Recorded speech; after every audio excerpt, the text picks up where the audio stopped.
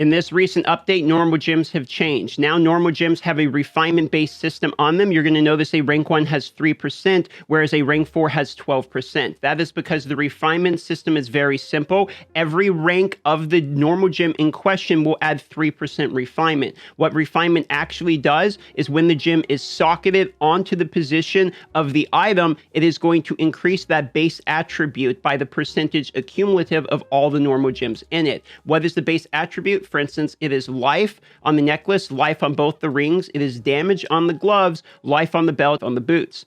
Because all items are not created equal, for instance, this one has 12,187 life, but this one has 12,772, you want to put your best gems into the item that has the highest base stats in order to min-max the maximum base attribute bonus.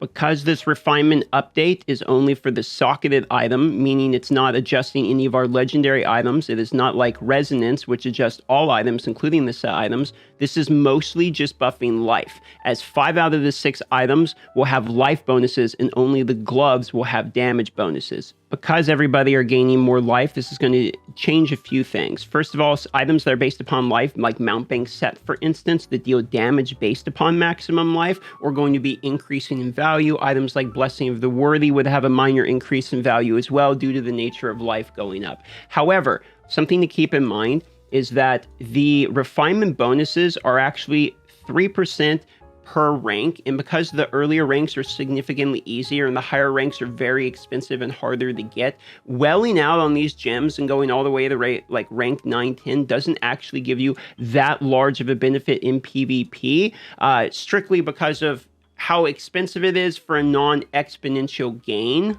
To give you an example of what I'm talking about, right now I'm a rank 7, a 5, and a 5, and I haven't really welled on normal gems, and I have done a bad job at farming them. This is just where I'm at on this, okay? So if you look at this, 51% base attribute at the moment. Now, the maximum would be 3% per rank 10 on the normal gem, meaning 30% per gem, a maximum of 90%. So I'm currently missing 39% base attribute maximum bonus, which means on this item in particular, I'm missing 4,961 bonus potential I could have if I had all the way rank 10 maximum gems. That's about basically 5,000 life on one item. But that would be on something that has a triple stat and is more the high-end example. Let me give you an example on like a ring. There's only one spot item. I just have a rank 4 topaz in here right now, so I am missing a total of 18% bonus attribute. Its total life is 3,294. So I'm missing 592 bonus life that I could be having. Without even doing the number for the gloves, you can see here the damage 1,073. I mean, even if we doubled my bonus attribute, I got 30% base, right? It would be 60% more base. We're talking like 300 roughly more damage. I mean, we're not even talking 1% of damage increase.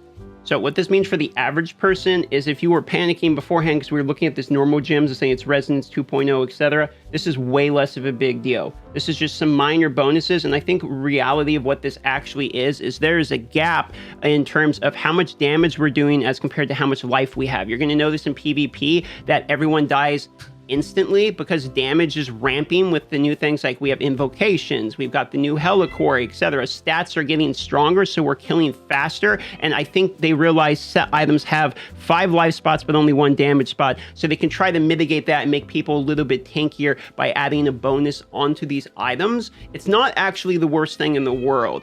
So now that we know how refinement works, how did they buff and change the way we can actually acquire these gems? Hidden lairs have now been buffed, so you can discover when they're nearby. They show up on the left-hand side like a green quest. You just click on them. It's going to navigate you to a spot. The spot will also show up on the map. It's going to be a giant yellow circle. Once you're in the giant yellow circle, look around. You'll be able to see on the mini-map. It will show up as a door, but not on the main map. So you can look on the mini-map in order to see that. You can change the size of the mini-map under control if you want to see it easier. Keep in mind, some of these are pretty hard to tell. They're even underground lairs, so you probably do want to have the mini-map on large. Once you're at a hidden lair, the rewards will be grayed out if you are maxed out on your new cap. Before, it was a 6 bound normal gem cap. Now it is 9 bound as well as 9 unbound, and you can see that clearly labeled. Doing hidden lairs in a party will always be preferred over doing them solo, as if you're in a party, you have the bonus normal gem drop that comes from a 4-person party, which is independent of the maximum cap from the hidden lair. The first 2 hidden lairs will drop more normal gems, the first one dropping the most normal gems, and then subsequent hidden lairs afterwards will slow down in drops until you hit your 9.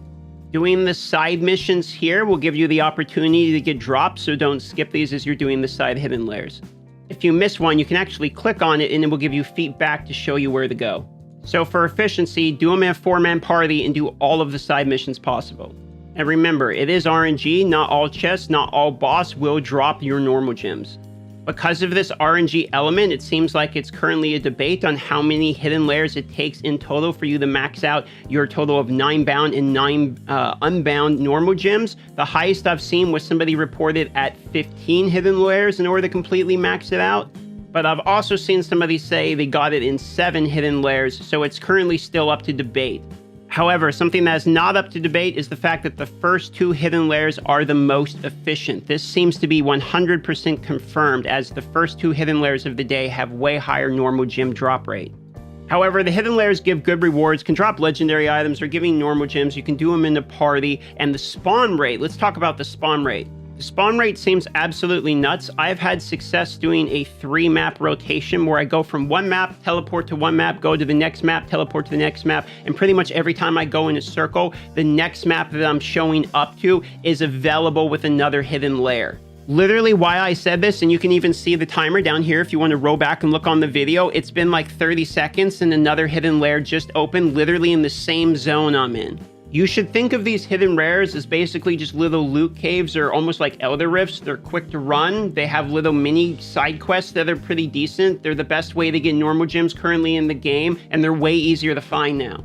Here we go. We're not out of the lair for only a minute. It's literally in the same zone, and there's another underground lair. Due to the cadence increase, as well as the math of going from 18 to 30 decently farmable gems, this looks like approximately a 66% increase in gem acquisition.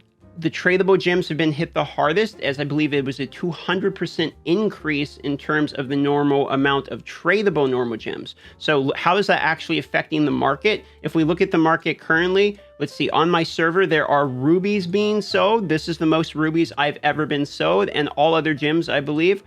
Ah, look at that. Tourmalines are now starting to show up. It looks like a few of these are actually starting to hit the market. Considering the massive increase of gem acquisition, both tradable and non-tradable, it would make sense if the gems start declining a little bit in price. However, the fact that we can farm significantly more of these tradable versions of gems is going to be a buff for platinum for free to play if they're willing to farm the hidden lairs. I'm also personally rather thankful that this wasn't as ridiculous as we were worried about. It could have been like 1%, 2%, 3%, and then when you go from rank 7 to 8, you get like 10%, then 8 to 9, you get 15% more, and then you get like 25% more bonus stats. They actually didn't make this as well-friendly as I was thinking they were going to.